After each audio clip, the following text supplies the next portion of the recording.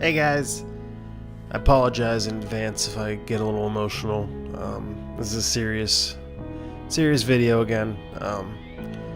As of tomorrow, it'll be 1 year since my grandma Hetty passed away, and she was one of the people that raised me, and she was there for the formative years of my life and beyond those. I'm not always the best person, I think everybody has their negatives, but all of my positives come directly from her. My drive to be a good person, my want to be a good person comes from her and from what I learned from her. Not always teachings, just observations, just from what I learned from her over the years. She always believed in me no matter what, and she spoiled me a lot. Admittedly, she spoiled me a whole lot. Honestly, a lot more than my cousins usually, but a big part of that too is I spend a lot of time with her. Especially after my parents separated, when my dad would be at work, especially in the summer when my dad would be at work, I would just stay overnight at her house Sunday night through, usually Sunday night through Saturday night. So, it was a lot of time spent with her and a lot of good feelings and good memories I wish I could go back to sometimes, but it's just when I was there, I don't know, it's hard to explain, like I know what I feel. It's kind of hard to explain that, but I had so much fun there with her, and just being there in general. Like, my love for computer games, which I stopped with, as I've met. If you've watched any of my other videos, I'm more of a console gamer. My love for computer games especially came out there. That's when I played all the Diablos. That's when I played all the StarCrafts, Age of Empires, Warcrafts, all that. That all came there. I used to play StarCraft single player all the time there and at my house, but there is where I really started playing online. Like, that's where my love for the game online came in, and it was always a lot of fun. I'd be up till all hours of the night playing it. She'd be yelling at me to go to bed, and I'm like, I gotta finish this first. Next thing you know, it's 7 in the morning, and I'm passed out. Or most of the time not passed out, still awake. Yeah, she, being there is a lot of my happiest memories, and she taught me a lot. She taught me to want to take care of others the way she took care of me, and other people. I'm gonna be jumping all over the place because I don't even know where to start. There's so much that I love and miss about her, and that made her an amazing woman. So I might be all over the place, but one of the things, even up until the end at the nursing home, we take her cookies, pastries, whatever, snacks, and even also when she'd get, anytime she'd go to the hospital, and she would be giving them all to the nurses and the staff, and it was awesome. She always wanted to make sure everybody else was fed, and she made sure I was fed all the time. I'd eat, I wouldn't even be hungry, and I'd turn around and there's a cup of ramen noodles. I'm like, oh, I'm not hungry, but I'd eat it anyway, because whatever. But or a little Schwann's deep dish pizza or whatever else. And every morning that I was there, and my godfather used to own a restaurant that she worked at, and I spent a lot of my childhood there. So every morning there, and then eventually every morning in her house, we'd order Pizza Hut pretty much every day. She'd get Pizza Hut for me pretty much every single day, which I love Pizza Hut. I know a lot of people don't like it. I freaking love Pizza Hut. So I think that's especially another reason why I like it. It's not, I do think it's delicious, don't get me wrong, but it's not just that. It's the memories of those times are why I like it so much too, but like I said, she always made sure I was fed. She always wanted to make sure everybody was fed, and she'd buy me things all the time. And that's not that, it's not a material thing, it's not a money thing, it's just the fact that she cared enough to. She saw I'd want something and she'd get it for me, We took trips to Ames when it still existed. There's an Ames down the street, 5-10 minutes down the street. Goodwill we'd go to, and like I loved Goodwill. I still don't mind Goodwill, but like I've been in there recently, and the toy section sucks. But like when I was a kid, the toy section in Goodwill was like I got a lot of my best toys there. It was just there's so much cool shit there. So I mean, I'd get a lot there. I'd get a lot at Ames, wherever we'd go. There'd be days like we'd go down to Harmerville, which is near me. We'd go to Ames, and then we'd go to eat at like there's a string there where. Like, right after I started liking Taco Bell, we'd go to McDonald's, KFC, and Taco Bell, and I'd get something from all of them. I was a little fat kid.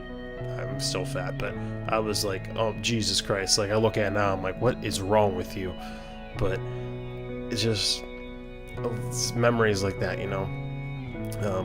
Local carnival, Springdale Carnival. We used to go down there every summer.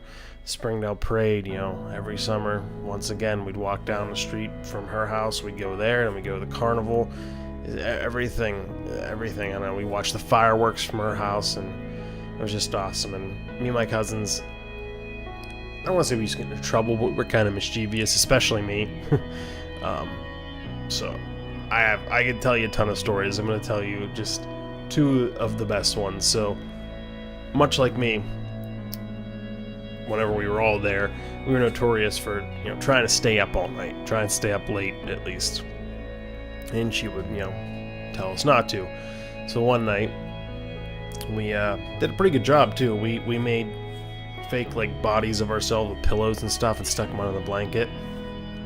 We heard my grandma wake up.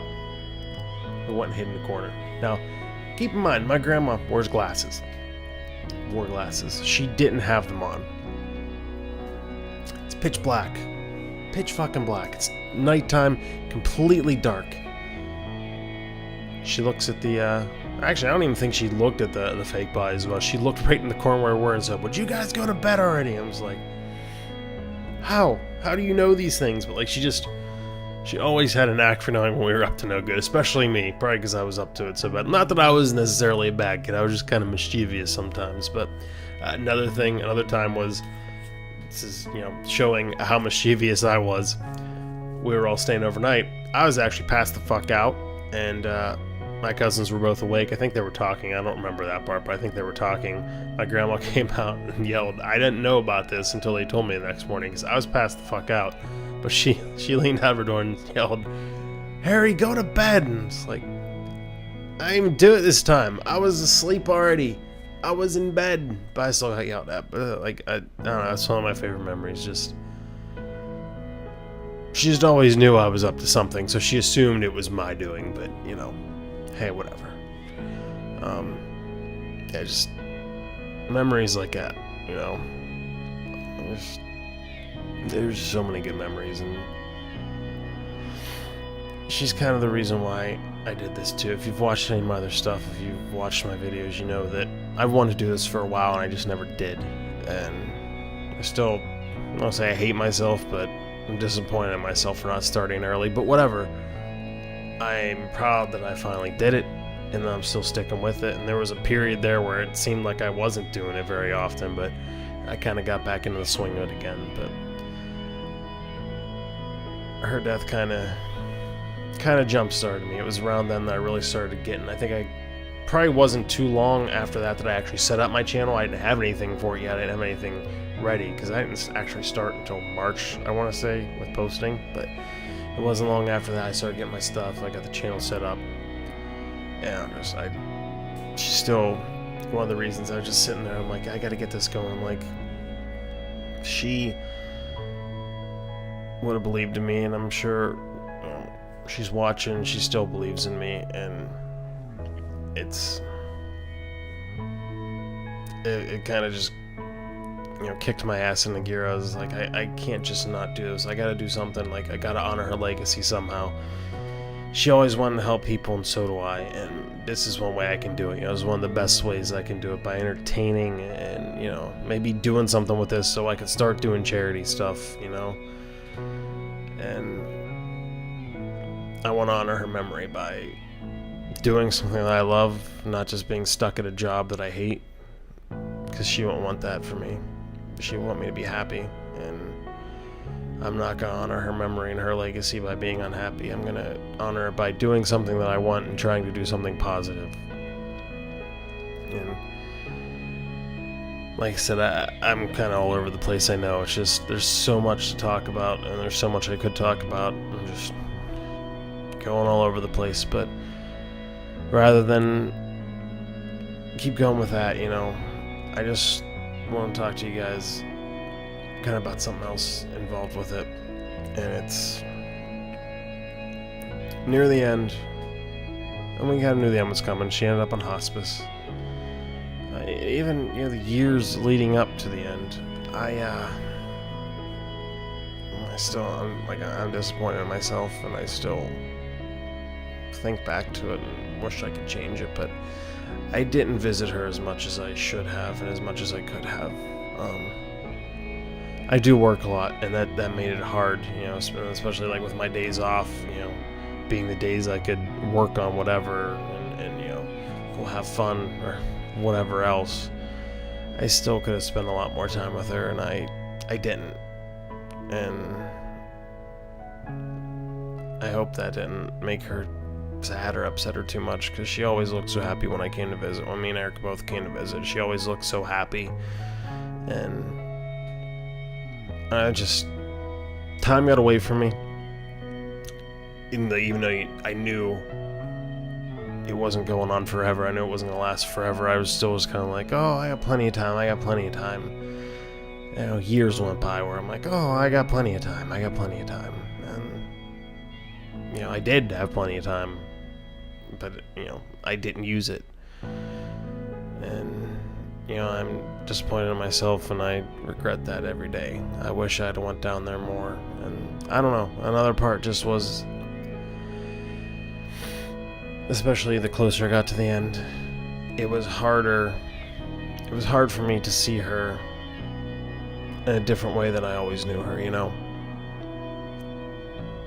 She wasn't always the vibrant person that I knew, and she couldn't hear as much, so it was hard to talk to her.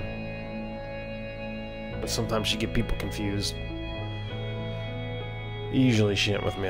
She got me confused with somebody else one time, I think, and then it didn't last long. She actually, she realized it shortly after. But it was just difficult for me, and it wasn't anything on her, it was on me. But she would still try to be strong for me. Like, when I was there, she'd put a smile on. Even if she wasn't happy there, she'd put a smile on. She'd always thank me for coming to see her and hug me. And sometimes I'd leave, and she was trying to keep it together for me, but she just hated being there. So she's always used to being so independent, so she'd yell for help, or for somebody to come or whatever else after, and I could still hear her. I knew she wanted to be doing it the whole time, but when I was there, she just wasn't. She was, like I said, she was being strong for me.